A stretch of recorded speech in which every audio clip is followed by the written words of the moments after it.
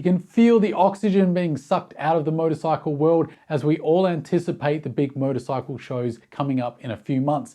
And that generally means around this time of the year, we don't have as many stories to cover. But Old Solid's been scouring the internet looking for stories, so we've got plenty of great topics for you, including Royal Enfield are planning a 450 Scrambler based off their brand new Himalayan 450. Can-Am have just released an all-electric dual sport with a really interesting bit of technology. Kawasaki are potentially releasing a brand new Versys 1100. Ducati are also currently developing a 450 Enduro motorcycle. And lastly, love 'em or hate 'em, Charlie and Ewan are back at it with a new long way series.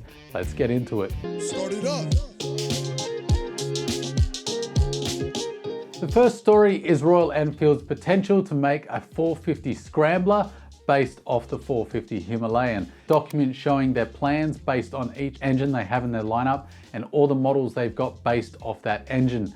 And one of the ones to pop up there that really stood out was a Scrambler based off the current Himalayan 450. We don't have too many details. Obviously, it will be based heavily off the 450 Himalayan, so we can extrapolate a lot of the information from that. Single cylinder, 40 horsepower, 40 Newton meters of torque, 6-speed gearbox. Now Rush Lane are reporting, and I tend to agree, at least based on this silhouette, that it also looks like it's getting cast wheels rather than what the 411 Scram had, which was spoke wheels.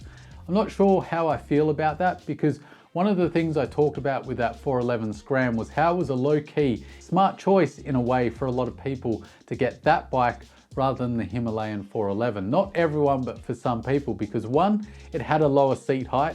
Yes, it sacrificed ground clearance and travel for that, but only a little bit, as well as it was also lighter because it had none of the adventure crap bolted to it, and it also had the added benefit of arguably looking far better than the 411 Himalayan. The question I've got in my head is, will it be the same for this 450 Scrambler? It seems that they could potentially be going with a little bit of a departure over that recipe because it's got cast wheels, so they're clearly not following the 411 Scram formula to a T. It's a good bet that it probably will still have less travel than the 450 Himalayan, and as a result, a lower seat height.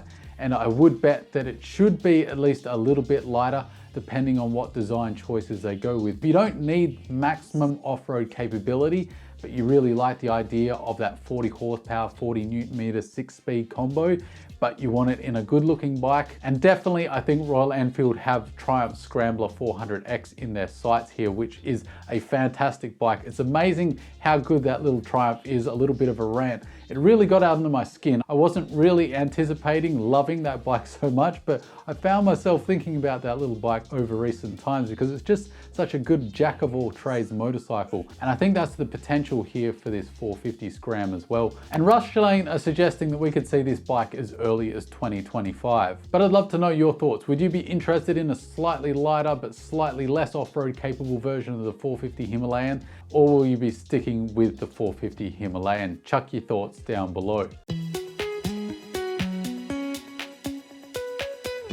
Thanks to homologation documents here in Australia, you're welcome. It's been leaked that Kawasaki have trademarked the Versys as an 1100. And so this has got a lot of speculation going that of course there's going to be an updated version to the current Kawasaki Versys 1000, which has been a mainstay in Kawasaki's lineup, but really never stood out against the competition in a big way. And it really is in need of an update, as I believe that engine is basically almost 20 years old in its base architecture. So obviously there was a little bit of excitement there from a lot of media outlets that finally Kawasaki were giving this bike the refresh that it deserves. But as the dust settled, a few people pointed out and a few more articles popped out pointing out that it might not be the case that we get this huge model refresh and the Kawasaki that everyone wants. So for Kawasaki, they could just call it the 1100 and technically be correct by just rounding that number up, as a lot of manufacturers do with their motorcycles. And this would make marketing sense with the now updated V-Strom 1050. The Africa Twin is now an 1100 as well. It could be argued that it would be a smart marketing move for Kawasaki to rename it the 1100 to make it look bigger and more bombastic and be a smarter marketing move. And this would mean absolutely no change to the engine. And a little piece of me kind of thinks this could be true because we all know how much the Japanese have been sitting on their hands lately. I really do hope that Kawasaki do put more effort in than just putting a different sticker on this bike. Yes, we could potentially see a new Versys 1100, but it also could be awfully similar to the current model, but with bold new graphics and an 1100 badge. Love to know your thoughts on the whole Versys situation. Are you even interested in the Versys? Would you look forward to a refresh model, or are you happy for this thing just to fade into history? Chuck your thoughts down below. Next up, let's talk about Can-Am, and they finally released the Can-Am Origin, their electric dual sport. It has a 35 kilowatt motor. It's got 72 newton meters of torque, which isn't the largest number in the world. But if you've driven an electric vehicle of any kind, you know that that torque is available from 0 RPM. 43 millimeter USD KYB suspension, as well as a KYB rear shock, and you've got 255 millimeters of travel at each end, which is more than decent for the off-road purposes. This actually only weighs 187 kilograms. That's lighter than a lot of middleweights and even some of the smaller displacement adventure bikes on the market at the moment, and will cost you about US $14,500. And apparently you can charge this thing to 100% in about 1.5 hours with a level 2 charger. But the big problem, as with all these electric vehicles, of course, is the range of these motorcycles. And this Origin is no exception. Apparently, if it's just city use, you can expect about 145 kilometers. That will drop down to 115 kilometers for mixed use, whatever they mean by that. And that drops down to 84 kilometers if you're sitting on a highway at only 80 kilometers an hour. Now, I don't know about you, but at least here where I live in Australia, the range that this motorcycle has is enough to get me to the trail. It doesn't actually have enough for me to then continue riding on the trail. I've got to go that distance just to get to the dirt sometimes.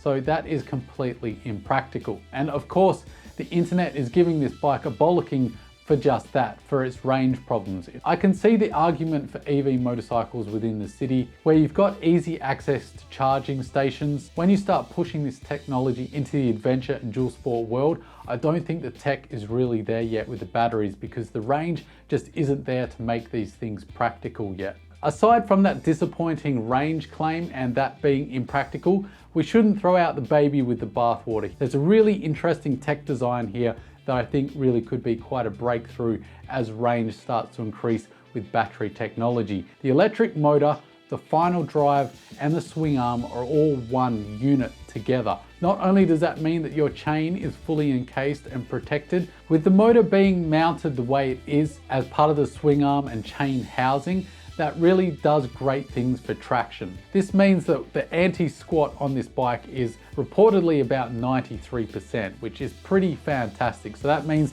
the bike doesn't bog down and bounce when you're on and off the throttle, which means, of course, you're not bouncing along on the road.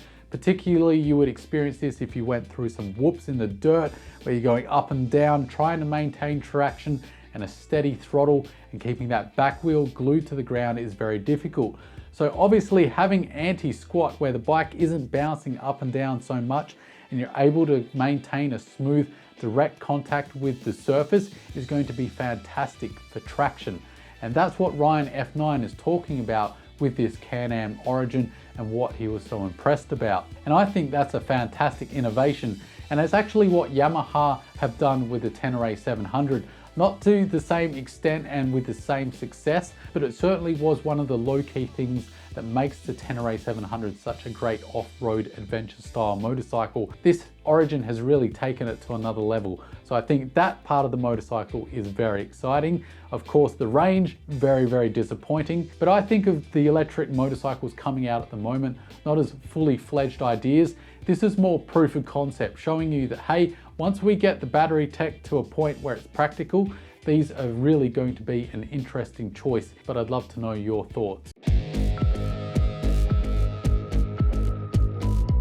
Now, if you remember a while back, I reported on Ducati developing a 450 MX bike called the Desmo 450 MX, which Ducati have really been forging ahead with their development. And not only will it be in the MXGP World Championship next year, but it will also go on sale next year as well. Not too long to go to actually be able to buy your very own 450 Ducati MX bike. And of course, Ducati have come out and said, yes, we're developing an enduro bike now based off the Desmo 450 MX. They're reworking the engine to better suit its purpose of being a plated enduro bike, as well as changing the 19-inch rear wheel to an 18-inch wheel, which is what we're all accustomed to in the dual sport and enduro world. Expected release date is somewhere around 2027, so this is still a fair way away. But overall, I always get excited when we get manufacturers moving into the off-road world, or at least a segment of the off-road world that they either haven't been in before or haven't been in for a very long time. It's always nice to see fresh blood. It means an opportunity for different ideas and an increase in competition, and more options in the off-road world is always a good thing in my eyes, as variety is the spice of life. So I'm definitely enthusiastic of Ducati's move into the enduro world, and who knows, we might eventually make it into the dual sport world with Ducati as well. We just had the 698 Hyper Motard, which I think will be turned into a dual sport, and now we've got this 450 Enduro. It's getting very, very close. The middle there is that perfect unicorn dual sport. A man can dream, very far-fetched, I know, but I always like it when I see manufacturers getting into the off-road world. Next up, Ewan and Charlie are back at it again on a motorcycle adventure. Half of you will probably collectively roll your eyes, the other half will probably cheer. I'm in the cheering camp. I love what these guys have done for the adventure world. They really put the GS and adventure riding on the map and really brought the culture to a wider audience. So for that, I'm forever thankful. You've got to respect what they did for the motorcycle community, whether you like them individually as people or not, and whether you like how they rode or what they rode. The fact that they showcased motorcycling in a positive light and got more people on motorcycles, I think it's a net good overall. And personally, I loved the first two series. And yes, thank God they're not on electric vehicles. So where exactly are they going? Well, they're starting in Scotland, where Ewan McGregor is from. They're apparently going to go across to Scandinavia, touch the Arctic Circle, then two of the Baltic states, and then they're going to be weaving through Europe and eventually end up back in England where Charlie lives. As I understand it, I don't think this will be as off-road focused as the first two series when they're on the GSs, but I'm just as excited for this because of the kind of motorcycles they're on. I'm a lover of all motorcycles, and of course vintage motorcycles really have always captured my attention. It's never been something that's been practical enough to have in my own life, but I definitely appreciate a very nice old school, well-maintained motorcycle.